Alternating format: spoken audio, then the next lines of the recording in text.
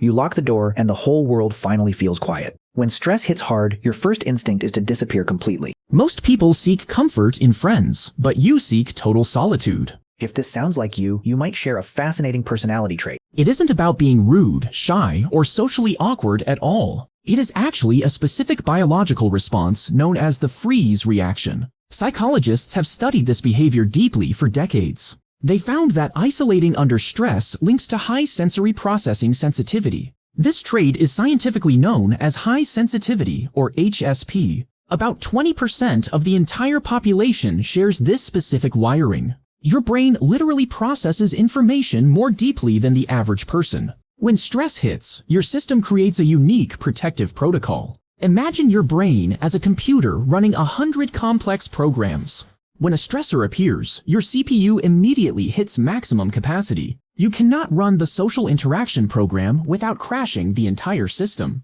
So you instinctively close all other windows to focus on survival. This looks like withdrawal, but it is actually strategic energy conservation. To understand this, we must look at the science of stress responses. Most people know about the fight response to danger. You get angry, loud, and ready to confront the threat. Others default to the flight response to danger. You get anxious, restless, and desperate to escape the situation. But there is a third, often misunderstood response called the freeze state. This is where your high sensitivity trait takes full control. Your nervous system hits the brakes to process the overwhelming data. You retreat into isolation because your brain needs total silence to reboot. Let's visualize this with our friend, the stick figure named Alex. Alex is a highly sensitive person with a very rich inner world. One Tuesday, Alex walks into a chaotic office meeting. 3 people are shouting, phones are ringing, and the air is stale. A normal person might feel annoyed but continue working through the noise.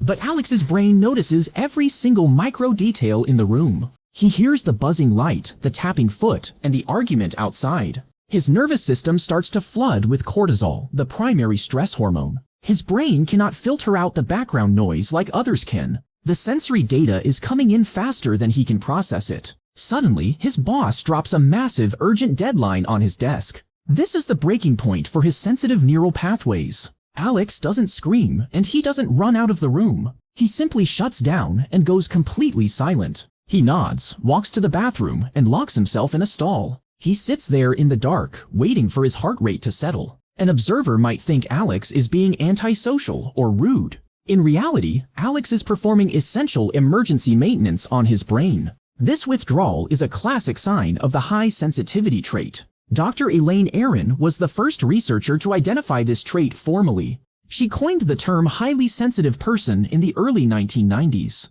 Her research changed how we view introversion and emotional reactivity. She discovered that HSPs have a specific genetic variation of serotonin transporters. This genetic difference affects how you process emotional information daily. It makes positive feelings more joyful, but stress feels much heavier. Think of your nervous system like a complex sound mixing board. Non-sensitive people have the volume knobs set to a moderate level 5. Highly sensitive people have every single knob turned up to 10. When stress hits, that volume creates painful distortion in your head. Isolating yourself is the only way to turn the volume back down. But society often misinterprets this necessary behavior as a personal flaw. Teachers might label quiet kids as slow or uninterested in school. Partners might think you are ignoring them during an argument. You are not ignoring anyone. You are preventing an emotional explosion. This isolation is actually a highly sophisticated emotional regulation strategy. Let's go back to Alex to see this strategy in action. After 10 minutes in the bathroom, Alex takes a deep breath. The silence allows his prefrontal cortex to come back online slowly. He starts sorting through the chaotic data he just absorbed. He realizes the deadline is tight, but it is actually manageable. The shouting colleagues are just stressed, not angry at him personally. The buzzing light is annoying, but it cannot actually hurt him. Once his brain sorts the data, the panic immediately begins to fade. He washes his face and returns to the office with a plan. This ability to pause and process is actually a hidden superpower. While others react impulsively, HSPs wait until they understand the full picture. This leads to better decision-making once the stress hormones dissipate. However, the journey to getting there can look very strange to outsiders. There are 4 main pillars that define this unique sensitivity trait. The first pillar is depth of processing information deeply. You don't just see a problem, you analyze every possible outcome.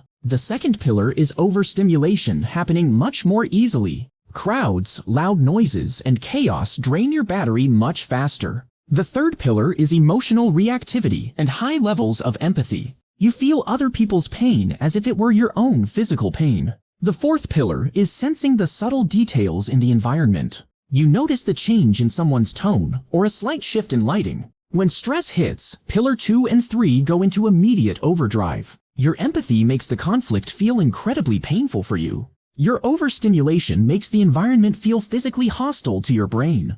Isolation is the only tool that addresses both of these intense reactions. It stops the sensory input and gives your empathy a moment to rest. But there is a dark side to this necessary coping mechanism. If you isolate too often, you start to feel profoundly lonely. You might start believing that nobody actually understands your specific needs. This can lead to a cycle of depression and further withdrawal. The key is distinguishing between healthy processing and unhealthy avoidance behaviors. Healthy processing has a clear start and a definite endpoint. You isolate, you reset, and then you re-engage with the world. Unhealthy avoidance is when you never actually come back out. You stay in the cave because the world feels too sharp to touch. Let's see how Alex handles a much bigger life stress event. Alex loses his job suddenly due to company-wide budget cuts. His initial reaction is not to call friends or update his resume. He goes home, turns off his phone, and sits in the dark. For 3 days, he processes the shock, the grief, and the fear.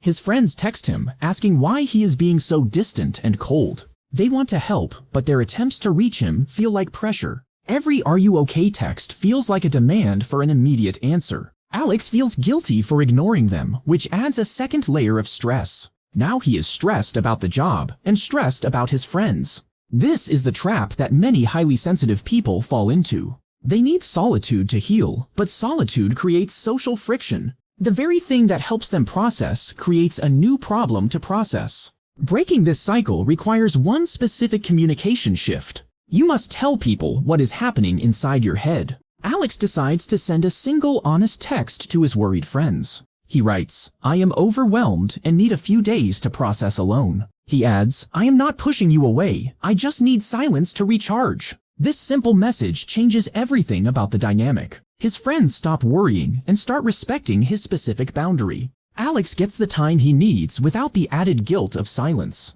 When he finally emerges, he is ready to tackle the job hunt. He has analyzed his finances and planned his next career move. Because he isolated, his plan is detailed, thorough, and strategic. A non-sensitive person might have rushed to apply for jobs immediately. Alex waited, processed, and applied with precision and high intent.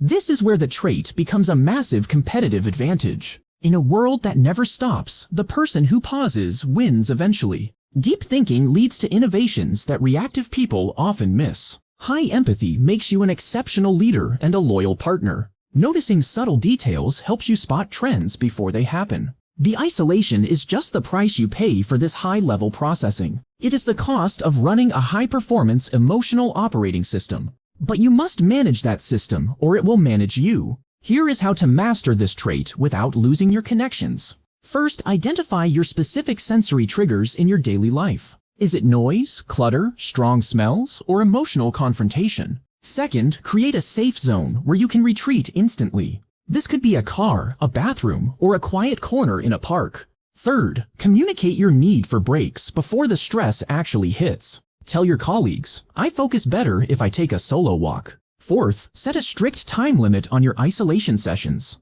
Give yourself 1 hour to reset, then force yourself to re-engage. Fifth, do not judge yourself for needing this time alone. You are not broken, you are just biologically different. The most successful sensitive people are the ones who stop fighting their nature. They stop trying to be the loud, reactive person society expects. They embrace the pause, the silence, and the deep thought. Look at history's greatest thinkers and artists for proof of this. Many of them were notorious for withdrawing to do their best work. They understood that creation requires a quiet, isolated mind. So, the next time you lock that door, remember what you are doing. You are not hiding from the world in fear or weakness. You are gathering the energy to re-enter it with wisdom. You are processing the chaos into a clear, actionable plan. That isolation is actually your brain's secret weapon for survival. If you isolate yourself when stressed, you have a powerful gift. You have the capacity to feel the world in high definition. You just need to manage the volume, not smash the speakers. Embrace your need for solitude, but never let it become a prison. Use the quiet to find your strength, then share that strength with others. The world needs deep feelers now more than ever before. Don't apologize for how you process the stress of life. Just make sure you come back out when the processing is done. Because the world is waiting for what only you can see. And that is the truth behind why you hide away. It's not a flaw, it's a feature of a powerful mind. Next time you feel that urge to bolt, just smile. You know exactly what your brain needs to succeed. Take the time, do the work, and return stronger. Does this sound exactly like you or someone you know? Let us know in the comments below if you relate. Thanks for watching, and take care of your sensitive mind.